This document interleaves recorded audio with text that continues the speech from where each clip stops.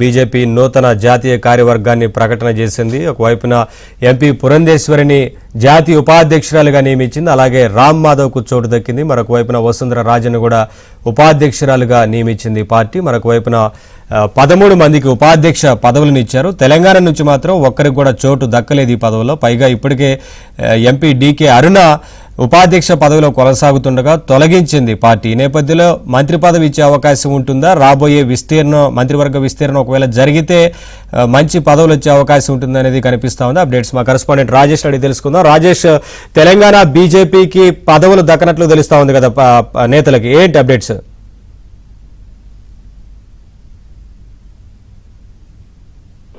Good evening Naveen. మొత్తానికి BJP నూతన జాతీయ కార్యవర్గానికి సంబంధించిన అంశంలో తెలంగాణ నుంచి కీలక పరిణామం చోటు చేసుకుంది.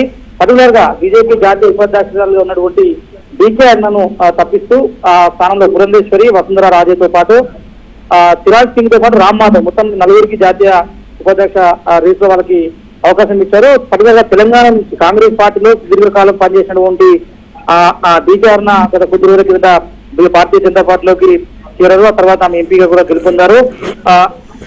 బీజేపీలో పర్టికులర్ గా మహిళల నుంచి కీలక నేతగా ఉన్నటువంటి డీకే అరుణకు సంబంధించినటువంటి అంశంలో బీజేపీ జాతీయ ఉపాధ్యక్షులుగా ఆమెను తప్పించిన వెనుక జాతీయ నాయకత్వానికి సంబంధించిన అంశంలో ఒక కీలకమైనటువంటి ఆలోచన ఉన్నట్లు కూడా తెలుస్తుంది. ఎందుకంటే ఇప్పటికే కేబినెట్ పునర్వ్యవస్థీకరణలో భాగంగా తెలంగాణలో కొన్ని కీలక పరిణామాలు జరగబోతున్నాయి. అందులో తెలంగాణ నుంచి కొత్త వారికి అవకాశం రాబోతుంది అనేటువంటి ప్రచారం కూడా గత కొద్ది రోజుల నుంచి కూడా జరుగుతూ ఉంది. ఈ నేపథ్యంలో ఎస్టీ సామాజిక వర్గాల నుంచి సంబంధించినటువంటి వారికి కూడా అవకాశం రావచ్చు. లేదా మహిళా కోటలు డీకే అరుణకు కేంద్ర మంత్రి పదవి వచ్చే అవకాశం ఉన్నటువంటి అంశంపై కూడా గత కొద్ది రోజులుగా చర్చ జరుగుతుంది. దీనికి సంబంధించి ఈ జాతీయ కార్యవర్గ ప్రకటనలో భాగంగా డీకే అరుణ పేరును తొలగిస్తూ తీసుకున్న నిర్ణయం వరకు ఖచ్చితంగా ఆమెకు కేంద్రంలో మరింత కీలకమైన బాధ్యతలు అప్పగించే అంశంలో భాగంగానే ఈ నిర్ణయం తీసుకుని జాతీయ నాయకత్వం అటువంటి ప్రచారం అయితే ఉంది.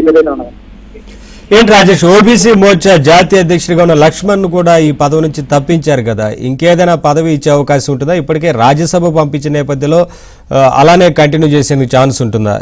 ఏంటి అప్డేట్స్? భారతీయ జనతా పార్టీకి అనుకూల వాతావరణం ఉంది. 2 టర్మ్స్ కూడా ఇప్పుడు గడిచినసారి జరిగినటువంటి ఎన్నికల్లో 7 ఎంపీలు 7 ఎమ్మెల్యేలు గెలిచారు. సీరియస్ గా తీసుకుంటుంది తెలంగాణను.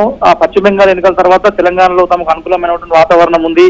ఇప్పటికే కేంద్రం నుంచి తెలంగాణకు వచ్చేటువంటి నిధుల పైన కావచ్చు, కేంద్ర సహకారం ద్వారా తెలంగాణలో జరిగినటువంటి అభివృద్ధి కావచ్చు, జాతీయ ప్రాజెక్టులు కావచ్చు, నేషనల్ హైవేస్ కావచ్చు, ఇతరత్ర అంశాలకు సంబంధించిన అంశంలో కేంద్ర ప్రభుత్వం చాలా క్రియాశీలకంగా వివరిస్తుంది. ఇప్పటికే ఈ 2 నెలల వ్యవధిలో దాదాపు 7 కేంద్ర మంత్రులు తెలంగాణలో రెగ్యులర్ గా విజిట్ చేస్తున్నారు. వివిధ అంశాలకు సంబంధించి పార్టీ కార్యక్రమాలు కావచ్చు, ప్రభుత్వ కార్యక్రమాలు కావచ్చు, రెగ్యులర్ గా తెలంగాణకు సంబంధించిన పొలిటికల్ యాక్టివిటీస్ పైన ఒక స్పెసిఫిక్ దృష్టి పెట్టిన పరిస్థితి కనిపిస్తుంది. ఈ నేపథ్యంలో లక్ష్మణ్కి సంబంధించిన వ్యవహారం కావచ్చు, డీకేకి సంబంధించిన వ్యవహారం కావచ్చు, ఖచ్చితంగా తెలంగాణ నుంచి వారికి ఖచ్చితమైనటువంటి ఒక ప్రత్యేకత ఉంటుందని చెప్పాలి. తెలంగాణ రాష్ట్ర పార్టీకి సంబంధించిన అంశంలో కేంద్ర ప్రభుత్వం ఒక ఖచ్చితమైనటువంటి అంశం ద్వారానే ముందుకెళ్తుంది. ఎందుకంటే రాబోయే రోజుల్లో పార్టీలు పదవులు ముఖ్యం కాదు, తెలంగాణ అభివృద్ధి ప్రధాన ఎజెండాగా కేంద్ర ప్రభుత్వము నరేంద్ర మోడీ, పట్టుదల అమిత్ షా, అదేవిధంగా జేపీ నడ్డా, నితిన్ నబీన్ లాంటి కీలక నేతలు కూడా తెలంగాణను ఫోకస్ చేసి మరీ ఫాలో చేసిన పరిస్థితి. కాబట్టి ఇద్దరు నేతలకు సంబంధించిన వ్యవహారంలో ఏదైనా ఖచ్చితంగా తెలంగాణకు మరింత కీలకమైన పోస్టు వచ్చే అంశంలో భాగంగా నిర్ణయం తీసుకుని వచ్చినటువంటి అంశం అయితే ప్రధానంగా పార్టీ వర్గాల్లో నడుస్తుంది.